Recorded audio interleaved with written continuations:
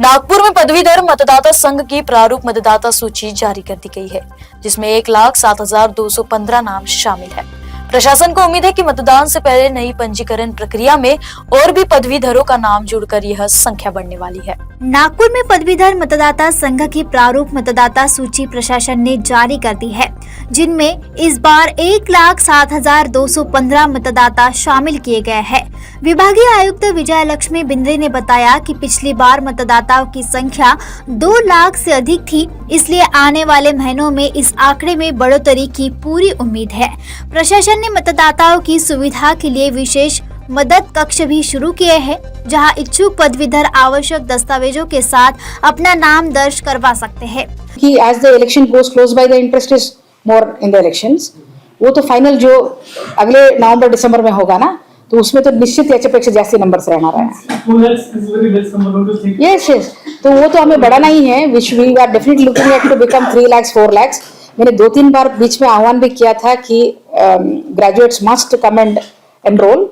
They should have completed 3 years, and political parties also have taken a lot of interest. They are also approaching people to fill the forms and everything.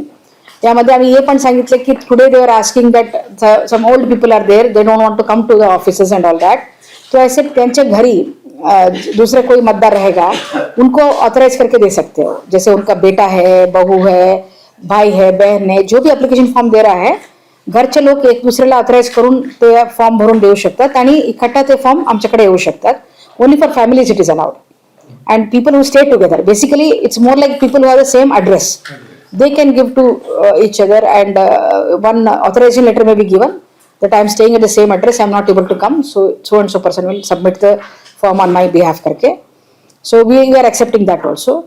So today political parties also had some suggestions on increasing the polling stations in places like जैसे बुट्टी बोरी, वड़सा and all this places. तो उधर थोड़ा उनका request था कि polling stations बढ़ाने के लिए. तो we have asked them to give it in request कि उनको कहाँ पर पोलिंग स्टेशन आवश्यक है. 2-3 पार्टी से भी था, ऐसे नहीं कि एक ही पार्टी से, 3-4 पार्टी वही बोल रहे थे. तो हमने उनको देने के लिए बोला है. जो भी सजेशंस आएंगे, we can increase the polling booths if required.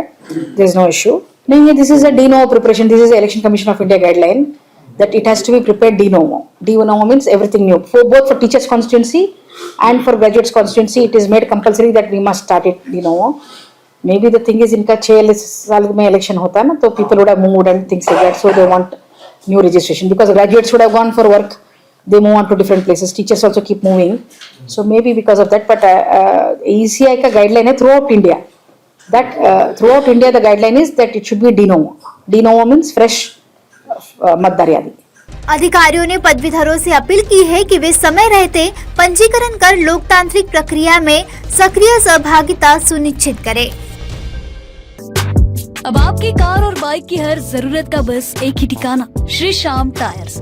यहाँ मिलेगा आपको व्हील अलाइनमेंट और व्हील बैलेंसिंग, पंचर और टायर सर्विस, कार और bike washing, alloy bend repair और रिम स्ट्रेटनिंग, जनरल सर्विसिंग और बैटरी की सुविधाएं. श्री श्याम टायर्स में सभी ब्रांड के टायर्स उपलब्ध है और सेवा हर वक्त आपके लिए हाजिर है.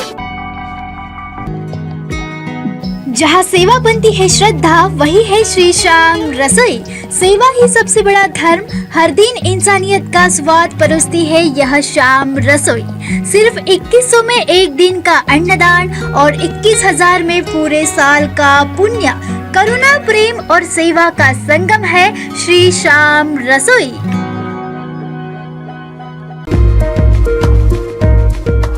कामठी तहसील के मौजा, पावनगांव, घोरपड़ और रनाडा इलाकों में शानदार लोकेशन पर मिल रहे हैं NIT सैंक्शन प्लॉट्स, वो भी 24 महीनों की आसान किस्तों में. मौका सीमित है. आज ही बुकिंग करें और अपने सपनों की जमीन के हकदार बने.